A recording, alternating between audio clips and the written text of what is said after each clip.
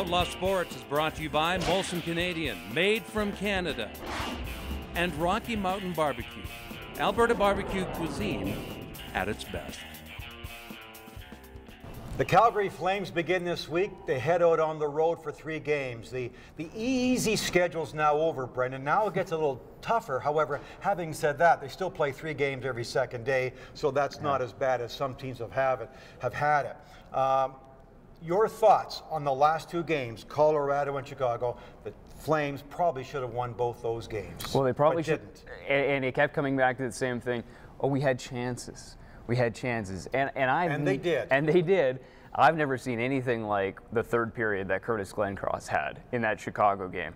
I mean, you couldn't have asked. I bet you he had at least a half dozen quality, grade A scoring chances in the third. He said after the game 7. 7. But you're right. He said 7. That's what he said. That he thought he should have scored, or that was a goal. And I can't believe that he didn't score there. So having said that, chances are meaningless unless you capitalize on it. If we keep hearing that same story, Flames fans are going to get awfully sick of, we had chances. They had an easy portion of the schedule, make no mistake. They had one of the lightest schedules early on this season, and 5 of 6 at home. They could not capitalize on that easy schedule. And now for the next 9 games, this starting with a 3-game road trip, they have just 1 day or less off in between all of those. So, you know, maybe it's a rhythm thing. Maybe they'll find a little. But you got to build some momentum before you start building off of that. It was fun to watch that Chicago game.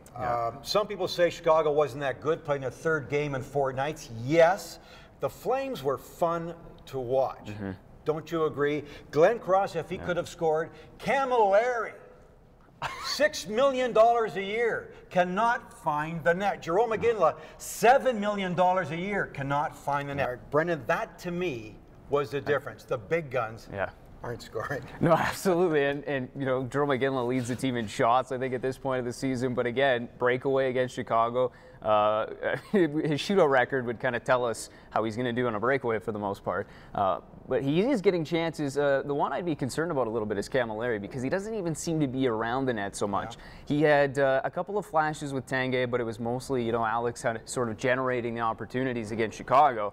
So if I'm the Flames, I'm worried about getting Camilleri going first, and that's why I think they started to move him up with Tanguay and Again. See what they can generate there. He's a good centerman, in my opinion, too. If he needs somebody to feed him, he's got a shot. The puck better, because he is. He takes a shot. Okay, so Bob Hartley says if we play this way, we are going to win more games. An optimist says, I agree with the coach. But a pessimist in me a little bit says, I don't know. If you keep playing that way, you're going to get burned. So where do you stand on that? I tend to say, if you keep playing this way, you're not going to win any more games. Well, if you play, if you dominate the play like they did in the third period of Chicago, you probably will win more than you will lose, because they carried. There was They outshot them 47-19. That's right. And 24 shots in the third period, you're probably going to win most games when it's tied in the third period. But they dominated the play. In the first 2 periods, it wasn't close. It wasn't quite that way. They traded chances. And I would kind of side with you on that one. If you're going to trade chances with a team like the Chicago Blackhawks, probably more often than not, they're going to find ways to score goals. It's not going to be scoreless through 2 periods. So if you're going to carry the entire bulk of the play and pin it in their end, then sure. But like the third, the first 2 periods, that could easily have, you know, been a Chicago lead, and then you're probably losing more often than not. They should have beaten Colorado. It's or at least tied them. Well, 3-3 with what, a couple of minutes ago. Then they lose 6-3, and then again Chicago totally outplay them and still lose. That's kind of alarming to me. I want to come back and we're going to talk about maybe the business of the Flames is pretty good, because they're playing entertaining hockey and not boring hockey.